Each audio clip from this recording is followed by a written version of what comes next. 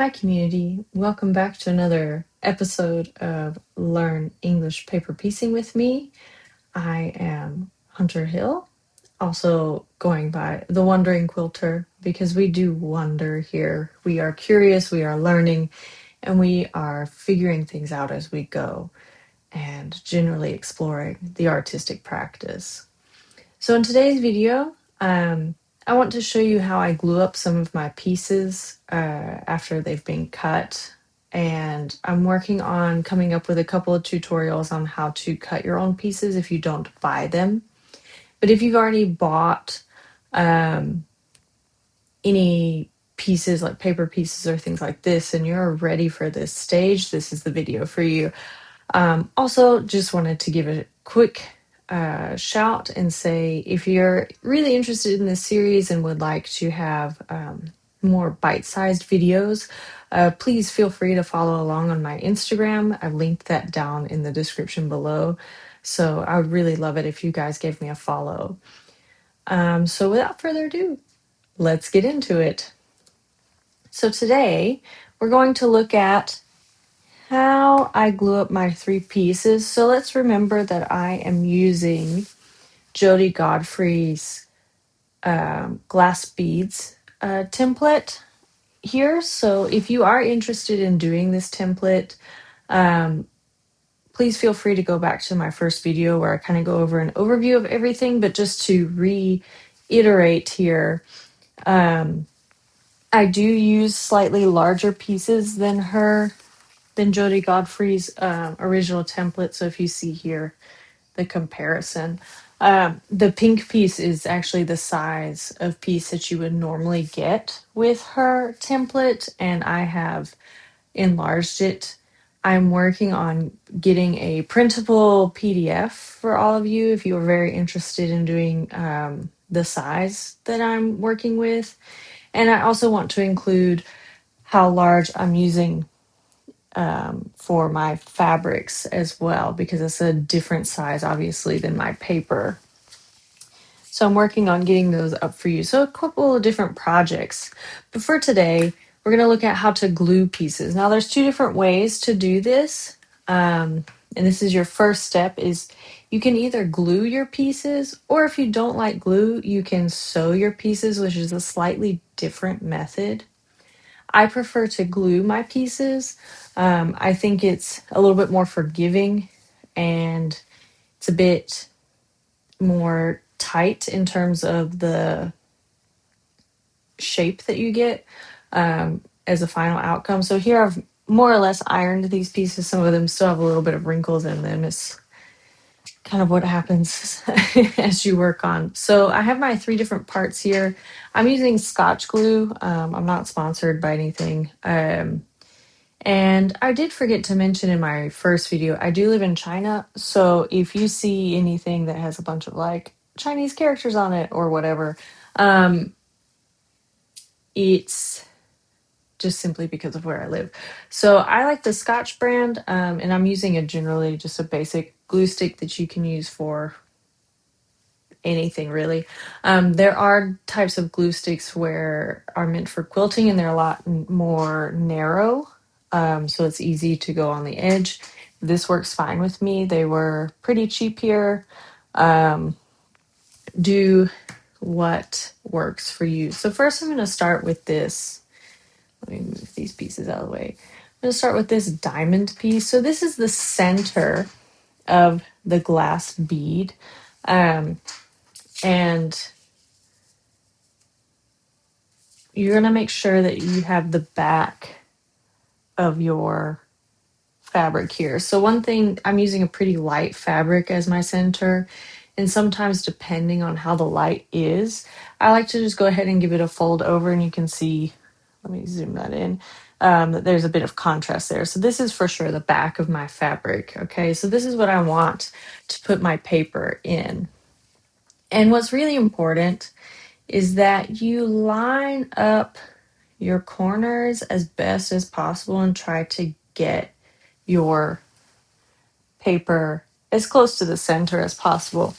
Now, Another thing here that you'll notice when you do glue or stitch your pieces, you might have a bit of extra fabric, so you might need to cut some of that off. And for this, we will. So I'm going to start on this bottom V here, okay, or this side V, depending on which way you're really looking at it. And I'm just going to put a generous amount of glue on both sides. And notice I'm going up past this corner because this piece will attach a bit higher up. And I like to take my glue top and just kind of rub it in. So you want to make sure that you're as close to the paper as possible if you're doing a flat back stitch. Now, if you're doing a whip stitch, you might want to leave a little bit of space just to make it easier for you. Okay, so I rub that in. And so this is what it looks like step one. Okay, so you get something like that. I do have a little bit of space here. It happens, not the end of the world. You'll deal with that when you go to sew. Now, notice that my point is pointing this way. I glue these in a specific direction. So the first side I glued was closest to me, and then the one furthest away. And I'm going to do the same thing. And you'll see why here in a minute. It's how I cut these tails off. I found that this is too much fabric in my way, so I like to trim them. If you are fine with it, you can leave it. So same thing here, but I'm not going up as far. I am going to my fabric. I'm putting a generous amount of glue. If you don't put enough glue, sometimes it will peel off, okay, a bit earlier than you would like, which is okay. You can always re-glue it. It happens to me as well. Okay. So just give those a good rub.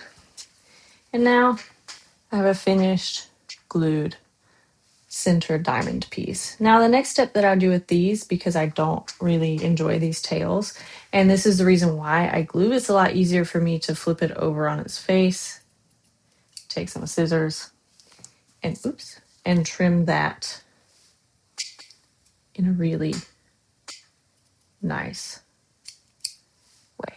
Okay. Be careful, don't trim too close. Sometimes I have in the past cut a little bit of my end fabric here. And that can become a slight problem later. So you'll have something that looks like this if you do decide to trim. And then when I sew, I'll typically just sew through these little pieces together so that they will stay together. It won't cause you problems later. So your waist, that's it. Okay. Next, we'll go to our next easiest piece, which is our crown. Okay, I'm using, this is one of my patterns, and I will insert the patterns that I've used for this quilt here. They are ones that I ordered online. In my opinion, this is a cotton fabric, and what's very important for quilting is a lot of quilters will typically use cotton. It's a lot easier to sew with and work with. It doesn't really do anything too crazy. I've realized that this for me is a slightly little bit too thin for what I would enjoy, but this is my first quilt, so I am learning. I recommend, if you do have the opportunity, to go and just kind of feel your fabrics and see how thick different fabrics are. I have a variety of different thicknesses of fabrics now, and that's going to be something I might go through actually in this video to show you my fabric haul as well. We recently went to Japan. So this is one of my cap pieces, and actually one of the reasons why I chose this grouping of patterns from this specific artist is I really enjoyed this fabric. So again, I'll show you this later. So just like the diamond, you want to try to line up as best as possible and make it even around. Now, for this shape, I like to start on the longest piece here, this bottom piece. Makes it easier for me. So again, you see that I'll glue up past the corners just to make sure that I don't get any gapping. Sometimes if you don't glue far enough, you'll get a little bit of gapping, and then later might be slightly annoying. So same thing, I want to go, because I'm flat back stitching, I want to go up against this paper here. And that's another reason why I like to flat back stitch, is I don't have to think about how much fabric to leave between the paper and the actual edge of my fabric to make a whip stitch easier. Again, it is your choice. Now I like to go and do both of these little short sides next. Okay.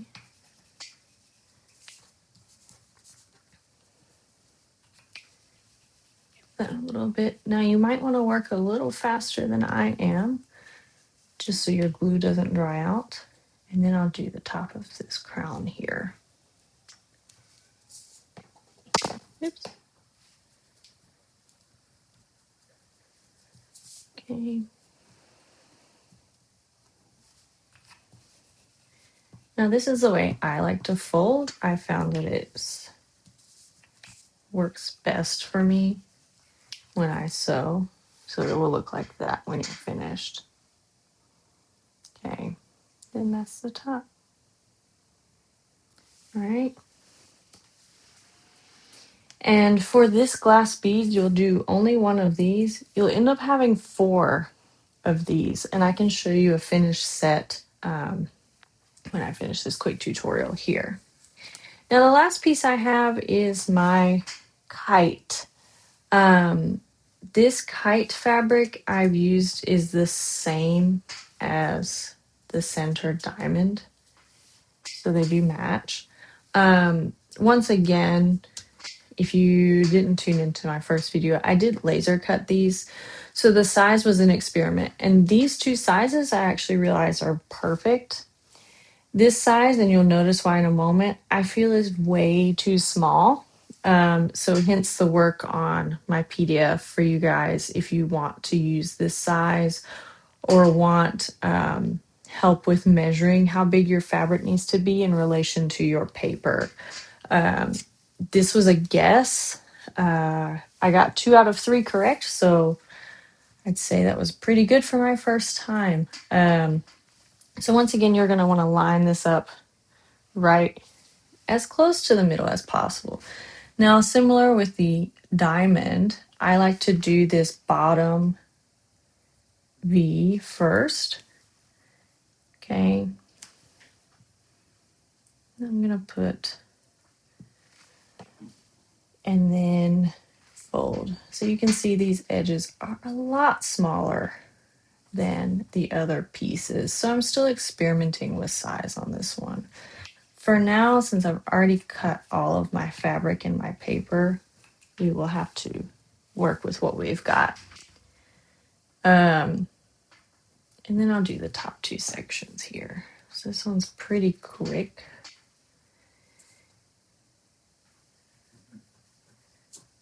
And I like to leave that middle part kind of pointed,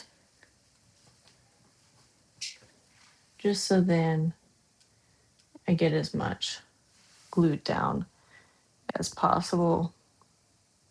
Okay. And so that's the top and bottom. Now every single glass bead needs 4 of these. They sit like this. 2 kites and then a center diamond. Okay. And so let me show you very quickly if I can find them, what that would look like without sewing anything together.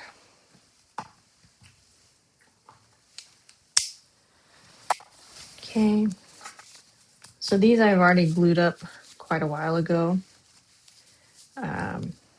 This is another pattern that I have. I can actually show you all of the patterns that I have real quick. There's this blue. I have a darker blue. I have a lace type pink. This cat one and this sky. And then there's one more that I am missing. Let's see if I can find her. It's more of a darker red. I have it here. I'm working around a bunch of piles of fabric. And then there's this piece. So 6 pieces in total with for this one. So you can see most of them are patterned. These 5 came together, and then I added this 5th piece just to make an even 6, and this is just what's worked for me. So we'll put that away really quickly here. Just this one. Okay. And now I'll show you generally, real quick, what a mock-up of a glass bead looks like with this. So I've glued a lot of these pieces. I'm working on my 10th row at this moment. And we're almost done, and I'm so happy because that means I get to move on to the next stage. So I've let all of these obviously dry. You want to let them dry, this glue to dry before sewing, because it can get a bit funky. So these 2 are going to get attached here. Okay.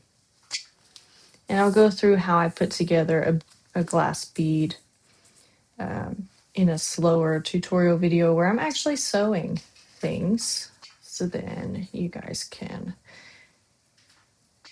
follow along and enjoy that. But for right now,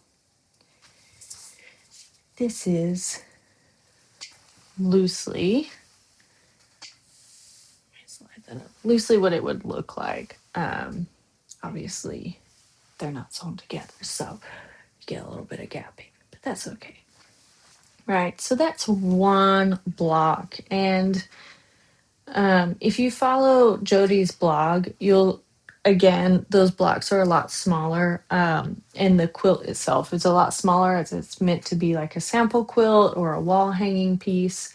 Mine I'm using as an actual, like, I would say about a queen size, maybe a bit bigger quilt. It's going to be about 2 by 2.5 meters.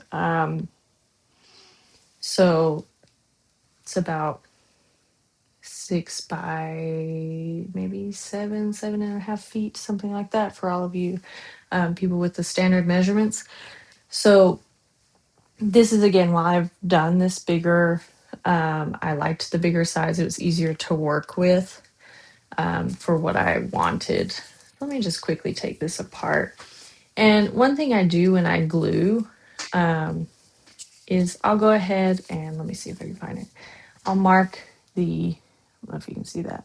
Yeah, I'll mark the row and then the number in the row, just so then when I'm stacking my pieces, I don't have to keep looking at my pattern. I don't have to keep worrying about, is this the correct piece that goes here?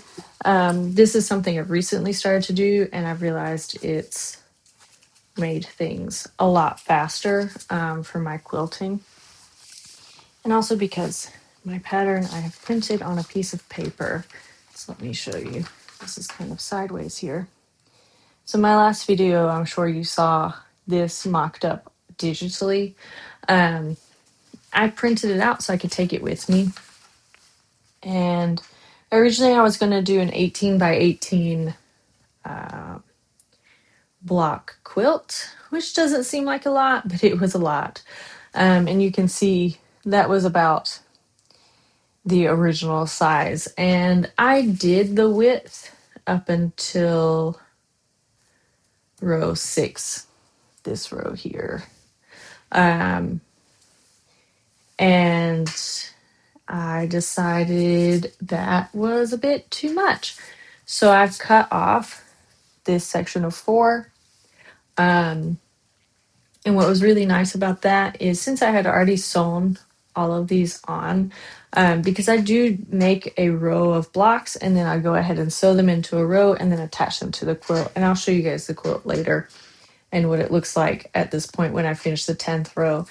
But I had all these blocks that the paper taken out of, and I was able to glue the important pieces of paper back in and reuse them, so they're kind of speckled around in the remaining rows from 7 to 10. So that's been helpful. It's also been nice to kind of mark things off as I go. I don't know if you guys are list people, but it's always nice to mark something off. So yeah, this was the original size of the quilt here. And for me, I am a visual person. And so once I had sewn a couple of rows together, it was a bit atrocious. So yeah, you can see how old this paper is. It's a bit beat up. So that's another reason why I like to number, because this is getting a bit hard to read since I'm now on the back side. And I've decided I'm going to stop at 14 and see what that looks like, and physically measure it out with my body, see if it fits on like my bed, and if I like the way the ratio pans out between the width and the length. So let's see. Hopefully 14 is my last row. That would be a huge celebration. I'd be very excited about that. Another quick thing is I like to go ahead once I have my fabric cut and go ahead and just like lay out my rows. So this is essentially the rest of the quilt, and I've done it in the pattern that I need. And each section has a little sticker on it to indicate the row. And these stickers are pretty nice because they don't damage paper, so they pull really quickly off of fabric. They don't stick into it. So yeah. And then, if you guys will give me a second, I will show you the fabric haul that I brought back from Japan, because that's so exciting. And one thing you'll learn about me is I love to travel. So be right back. All right, and we're back. So, like I said earlier, recently my husband and I just got back from a nice trip over Christmas to Japan during our holiday. And one of the things that it was our second time going, and one of the things that I read up about was the little fabric town called Nippori. So if you ever go to Tokyo and you want to go fabric hunting, definitely go to Nippori. There's tons of fabric shops. And when I say tons, there's, I think, almost 100 of them down this one street right outside the subway. So it's super awesome. I focus mainly on what's called there's 3 of these shops. It's the tomato shops. And I just really enjoyed everything I found there.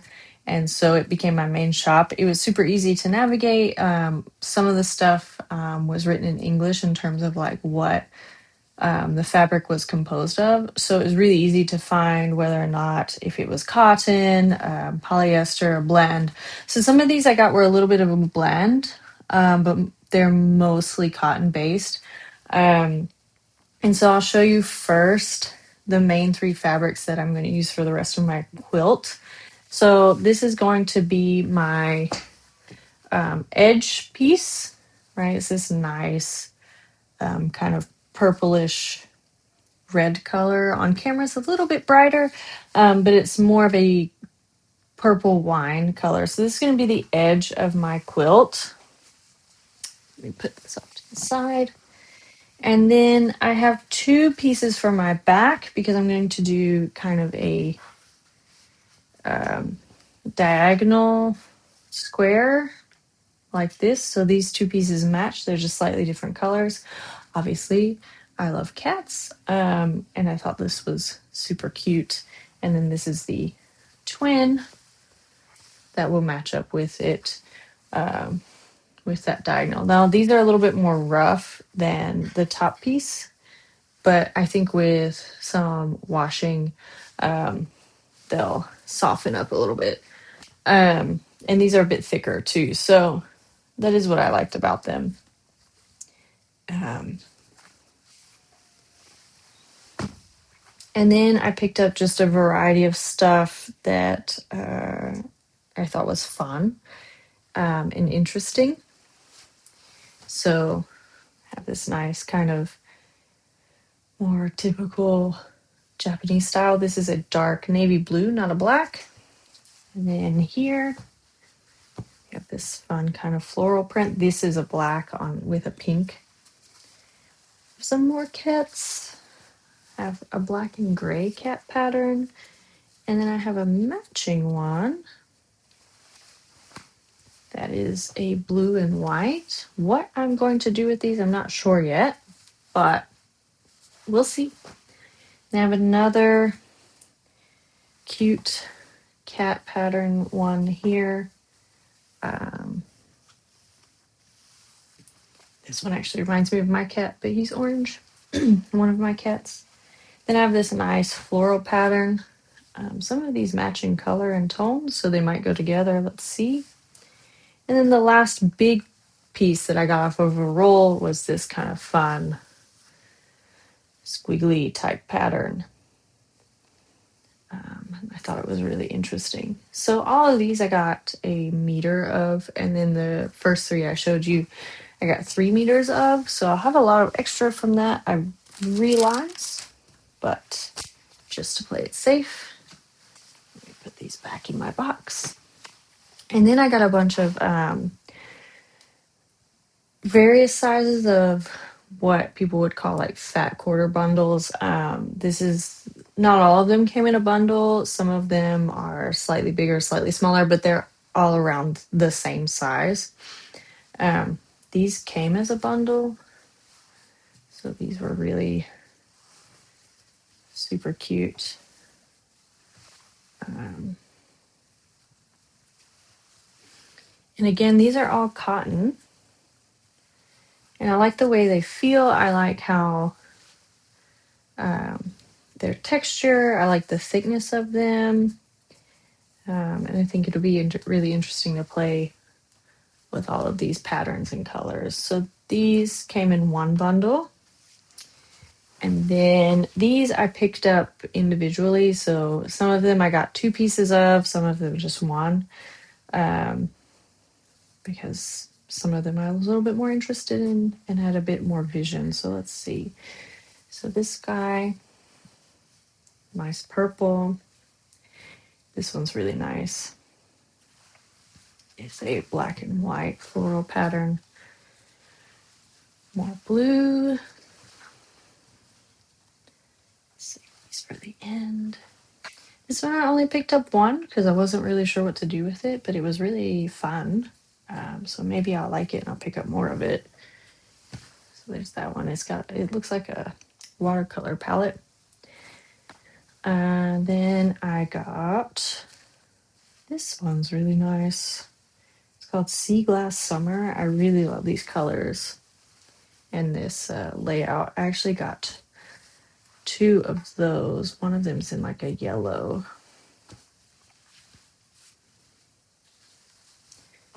So same layout, just different color there. Then a red piece, red and blue. I don't really go for this kind of vibe, but I don't know, something made me pick it up, so we'll see.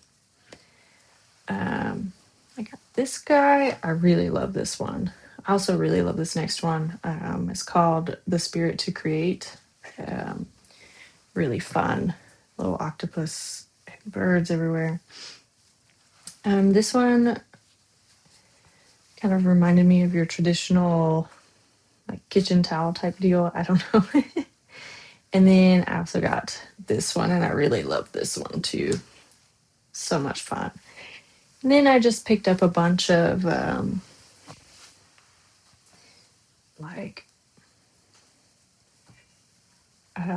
plain colors because that's always good to have. When you're quilting, depending on the type of quilter you are and what you like to see, Um, Plain colors can do a lot for you. So I picked up a bit of like more high saturated plain colors just to see what I could do with them. Again, I didn't really have a exact plan when I picked out these fabrics. I don't really know what my next quilt's going to be. Um, but I was there.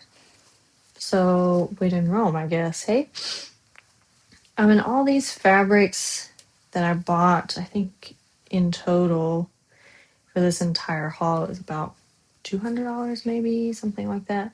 Um, I also bought a lot of tools and things too. I got a rotary cutter and I got some